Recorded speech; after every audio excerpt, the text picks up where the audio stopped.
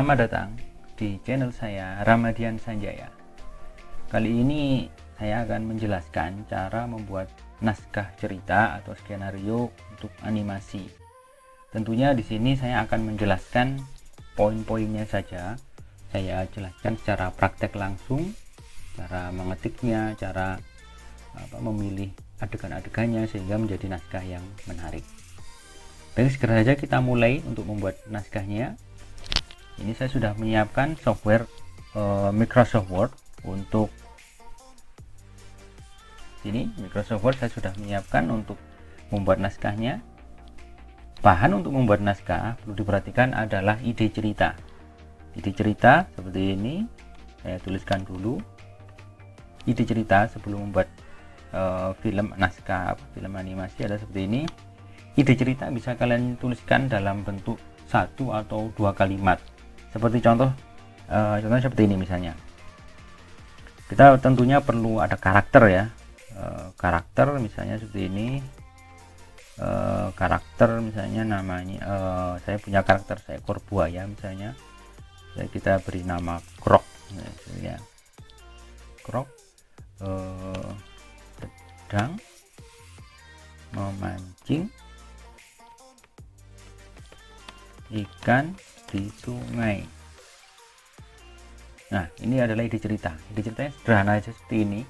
Berikutnya kita sudah memiliki bahan untuk membuat skenario, yakni sebuah cerita pendek. Intinya adalah Krok atau karakter buaya sedang memancing ikan di sungai. Nah, tentunya nanti waktu di naskah atau skenario kita akan membuat rincian dari adegan apa yang dilakukan oleh karakter Krok ini. Di sini langsung saya buatkan. Tentunya nanti waktu sebenarnya ide cerita berada di kertas sendiri ya. Namun di sini saya coba dalam satu kertas saja seperti ini. Misalnya sini saya beri skenario. Skenario isinya adalah rincian dari adegan. Tentunya harus kita beri nomor. Ya kan? Seperti ini saya nomor 1. Yang pertama dituliskan adalah keterangan lokasinya. Tentunya kalau karakter ini berada atau ingin memancing atau sedang memancing ya, di sini tulis sedang berarti dia otomatis berada di tepi sungai. Berarti background terdiri dari 2 macam, yakni eksterior dan interior. Jika berada di dalam suatu ruangan berarti itu termasuk interior. Kalau di luar ruangan berarti itu adalah eksterior. Kita tuliskan karena di luar X, kita singkat seperti ini, X titik. Tulis saja tepi sungai ini. Kemudian bawahnya ini adalah rincian dari adegannya. Rincian dari adegan pertama yang akan kita rencanakan untuk karakter ini adalah karena dia sudah sedang memancing ya kan. Krok sedang memancing ikan di sungai, berarti dia sudah memancing, sudah melakukan kegiatan memancing, sehingga apa yang dilakukan Krok ini, proses kegiatan apa yang dilakukan waktu memancing itu ya kan, kita mulai misalnya di sini Krok memegang pancingannya dan melihat ke arah sungai. Nah, ada gambaran ya guys ya. Adegan pertama adalah memegang pancingannya dan melihat ke arah sungai. Kemudian di bawahnya tuliskan sudut pengambilan gambarnya. Sudut pengambilan gambarnya misalnya saya ambil dari depan, dari tampak depan Krok itu, kamera ada di situ, kemudian tampilannya adalah misalnya satu badan penuh, jadi tampak buaya itu terlihat semuanya, sehingga disebut FS atau full shot. Ya, seperti ini ya, jadi full shot ya sudah seperti ini. Di bawahnya lagi tuliskan efek suara atau suara yang muncul dari adegan itu. Saya tulis seperti ini. Suara apa kira-kira? Mungkin suara aliran sungai ya kan, mungkin itu yang ada. Nah, ini adalah adegan pertama yang akan terjadi di kegiatan Krok sedang memancing ikan di sungai. Berikutnya nomor 2, adegan nomor 2 tetap ya, backgroundnya tetap masih berada di tepi sungai seperti ini. Berikutnya adegannya apa? Setelah memegang pancing itu, coba kita bayangkan kira-kira adegan apa yang akan terjadi berikutnya setelah memegang. Nah, mungkin seperti ini. Kita perlihatkan apa yang dilihat oleh krok ini. Jadi seperti ini. Tampak sudut sungai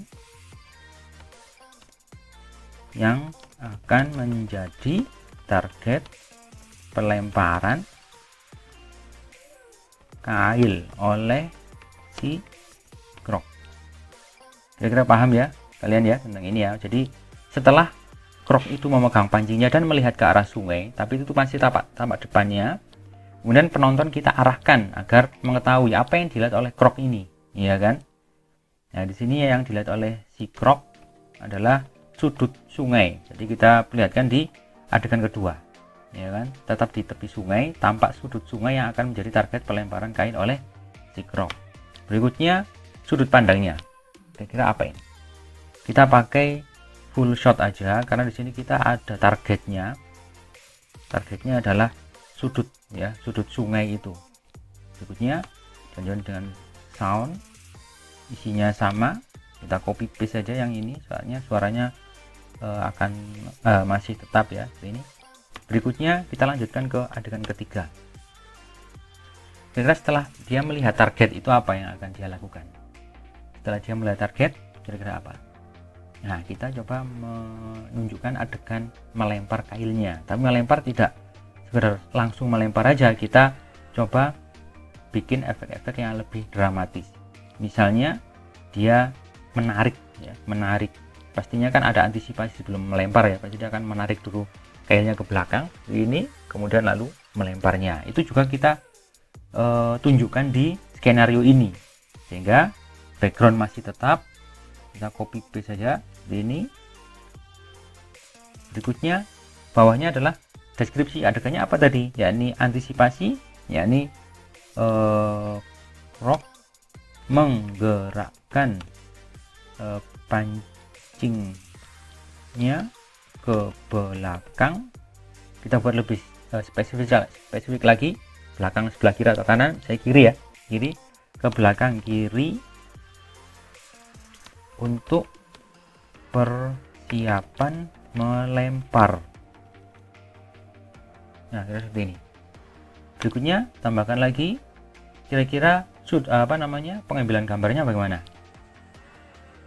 Tampak depan, samping, atau mana?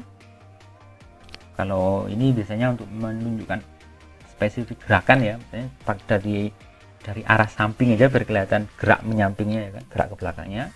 Jadi seperti ini bisa tampak samping, tambahkan MS yakni medium shot. Medium shot itu pengambilan gambarnya dari pinggul atau mungkin dari dada ke atas. Ya kan, itu sudah cukup ya untuk menunjukkan gerakan si krok ini untuk menggerakkan pancinya ke arah belakang. Nah, seperti ini. Berikutnya sound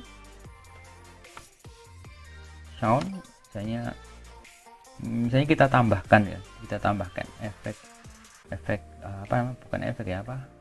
suara aliran sungai masih tetap ada ya, ini tetap kopiskan sini, ditambahkan dengan perkataan krok ya, ini seperti ini, dua krok dengan misalnya hup. Nah, ini jadi ada dua, suara aliran sungai, juga ada suara krok ya, ini mengatakan hup. Berikutnya nomor 4, tetap ya backgroundnya masih tetap ini. Saya tuliskan deskripsi adegannya seperti apa. Setelah melempar ke belakang, kira-kira apa ya, berarti dia akan melemparnya ke depan. Jadi langsung krok melempar kailnya ke arah depan dengan bertenaga misalnya. Nah, ini Kemudian sudut pandangnya bagaimana? Misalnya kita pakai sudut pandang agak atas ya, ke atas. Berarti apa kalau atas kira-kira? Berarti high angle ya. High angle tampak full shot ya. Soalnya kita perlihatkan seluruh seluruh tubuh si krok ini biar kelihatan gerakan dari tubuhnya. Nah, ini krok member kailnya. Kemudian berikutnya apa? Nah, maaf, ini langsung aja kita copy paste soalnya sama ya. Mungkin ini diganti. Nah, ini misalnya ya, kroknya bilang iya gitu kan, iya, dia melempar. Dan lanjutkan lagi nomor 5. Nah, ini kita mungkin untuk menunjukkan efek lebih dramatis ya, waktu dia sudah melempar, cut ganti adegan, kail pancingnya mungkin ada umpannya, umpan cacingnya terlihat terlempar, kita close up di situ, terlempar ya kan, terlempar. Jadi itu kita close up bentuk kailnya itu waktu terlempar, kita close up di situ. Nah, di sini tetap backgroundnya ya. Nah, background ini bukan tepi sungai lagi, tapi kita tuliskan efek kecepatan ya. Jadi kalian tahu ya di mana di SpongeBob ya, ada barang yang terlempar kan ada garis-garisnya itu di backgroundnya. Nah, seperti itu kira-kira. Nah, di sini isinya adalah tampak kail yang berisi umpan cacing terlempar ya, seperti ini aja mungkin. Berikutnya keterangan adegannya adalah close up kail dan umpan. Nah, ini mungkin umpan cacingnya ini kita buat umpan cacing yang terlihat ketakutan ya, ini ya, berisi umpan cacing yang terlihat ketakutan terlempar. Nah, berikutnya adalah tampak sungai, tampak target sungainya, dan umpannya itu masuk atau nyemplung di itu, dan tampak krok itu masih dari kejauhan. Paham ya kira-kira ya. Sini saya akan coba menggambarkan. Jadi waktu membuat perencanaan di skenario, kita juga harus ada gambaran. Nah, seperti ini kira-kira. Ini gambaran saya, misalnya seperti ini. Jadi ini sungai ya, sungai. Kemudian tampak dari kejauhan ini ada krok yang melempar. Nah, di sini kita perlihatkan nyemplung di sini. Nah, saya kira-kira ya. Jadi ini tampak dari dekat. Nah, nyemplung di sini. Kira-kira paham ya seperti itu ya. Nah, seperti ini. Nah, ini gambarannya atau skenarionya seperti apa? Nah, kita tuliskan di sini. Nah, ini kita copy aja ini. Nah, ini adegannya apa? Ya, ini tampak sudut sungai, target. Gini aja langsung, nggak usah. Terlihat sudut sungai, tampak sudut sungai dan umpan dari si krok nyemplung ke dalamnya. Nah, seperti ini. Ya, kira-kira sudut pandangnya seperti apa ya. Ini kita bikin medium close up ya, medium close up dengan background